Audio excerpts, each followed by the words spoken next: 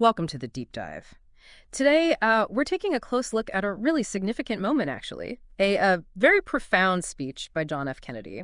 And it's important, I think, to get the context right up front. He gave this speech directly to the news media, to journalists and publishers. Also, just for, historical clarity, this was sometime before he was assassinated. It adds a certain weight, knowing that came later. So, our source today is an audio file. It's titled Excerpts from the Speech That Killed Him, John F. Kennedy.mp3. Quite a title. Our job here is to unpack what he said, the key ideas, the powerful message inside it.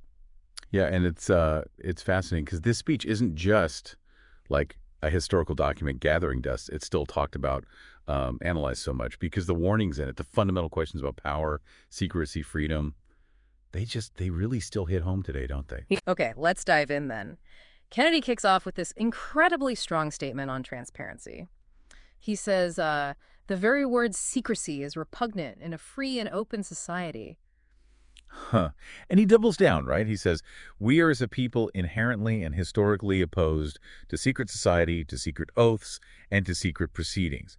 Pretty clear line in the sand. It really is. He sets up this ideal, this American ideal, right at the start.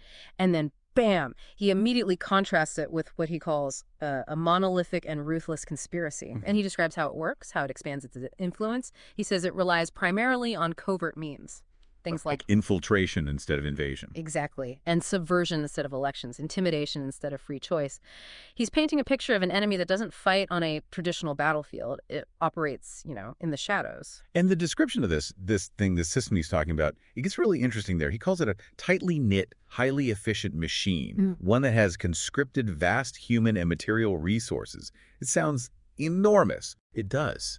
And the scope he describes is just total. He mentions it combining military, diplomatic, intelligence, economic, scientific, and political operations.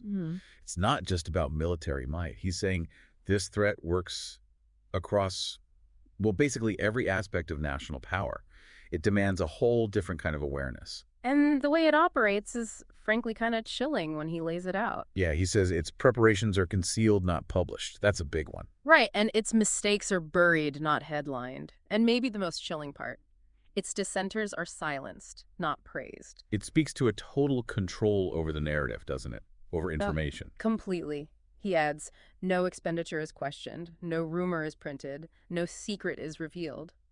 That paints a picture of something completely immune to public scrutiny. Which is the exact opposite of the open society he just championed. Yeah. That contrast is, I think, the core tension he's highlighting. It's a fundamental challenge to how democracy is supposed to work. And he even brings in history to make his point about vigilance, doesn't he? That reference to Solon. Ah, yeah, the Athenian lawmaker who decreed a crime for any citizen to shrink from controversy. That's such a powerful parallel. It suggests being passive, being silent, is actually dangerous for freedom. You have to engage. Absolutely. So given this kind of hidden, pervasive threat he's describing and the need for citizens to be involved, what's the defense? Well, Kennedy puts a huge weight on the shoulders of the people he was speaking to, the news media. He calls it a tremendous task. He says, I am asking your help in the tremendous task of informing and alerting the American people.